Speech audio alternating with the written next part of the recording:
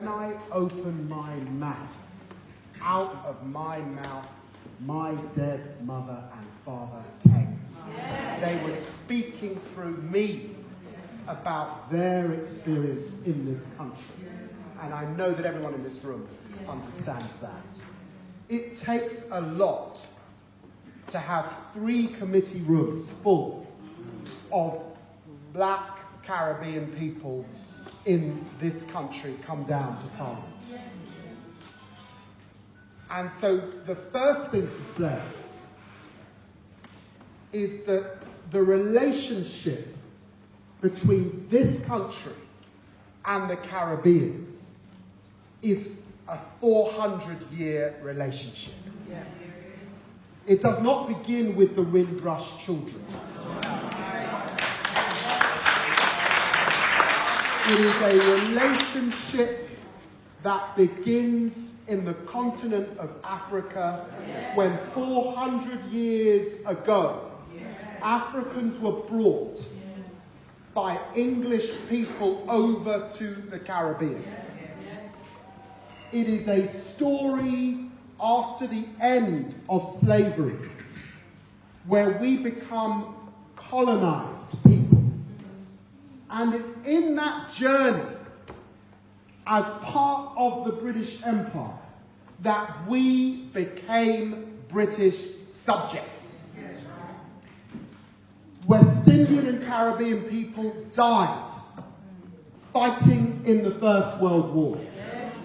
West Indian and Caribbean people died fighting in the Second World War.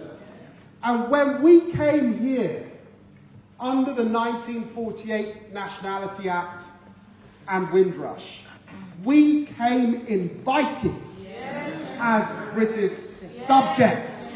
So you don't get 70 years later to send us back over the Atlantic as if we did not toil for this country. And when we speak from our experience, we speak from an experience of a community that came to this country and gave us the NHS. I think of all of my aunts who built the NHS. I think of my mother working at Camden Town Tube Station and the many who built our modern transport system. I think of so many West Indian and Caribbean people who did the jobs that many others did not want.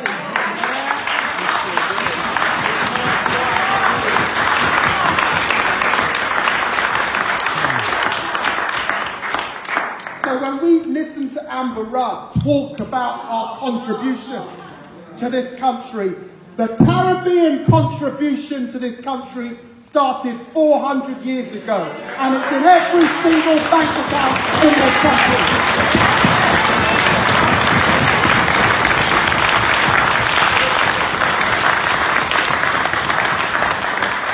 So we have had this blanket apology, but as Caribbean and West Indian people, this time round, we want reparations. And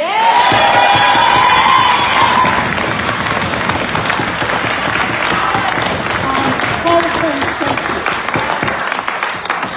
If you have been denied cancer treatment on the NHS that you worked and paid your taxes for, you deserve reparations. If you have been detained as a prisoner in your own country, my God, you deserve reparations. If you have been deported across the Atlantic to a country you never knew, you deserve reparations. If you have lost your job, if you have lost your pension, you deserve reparations and compensation. And so we ask Theresa May and Amber Rudd to get into the detail. These poor people have had to fork out fortunes for lawyers. You deserve reparation and compensation for the hardship that you have been put through. people deserve an individual apology. They deserve detail of compensation and how the state is going to make recompense. And you set up this hotline. But let's be absolutely clear. This can't be a hotline where people are going to have to jump through the same evidence hoops that they were asked to before. How many people have a pay slip going back to the 1960s and 70s? No one. How many people can ring up their primary school from the 1960s and 70s and expect them to still have a record? You destroyed our history in those landing cards. Shame. No. Criminal. Caribbean and West Indian people now deserve a blanket exemption. We have contributed to this country. We don't now need to demonstrate our history in this country. So lower that burden that is this evidence bar that you are asking for. And one final thing. This has come about by design. And that design is a hostile environment to immigrants in this country. And we know more than many others what hostile environments look like. So we want a review of that hostile environment policy. And we note, as we have this Commonwealth Heads of Government conference and see these Commonwealth Heads of Government arrive, and we think about the Commonwealth, many of us reflect, if this is not about race, why there aren't Australians, Canadians, New Zealanders and white South Africans amongst those who've experienced this hostile environment.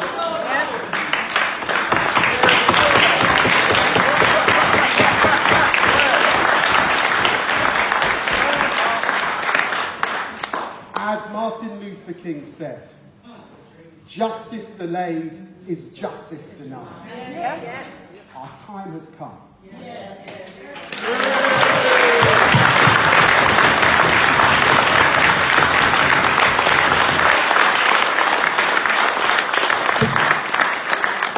Thank you very much, Dave, for that speech.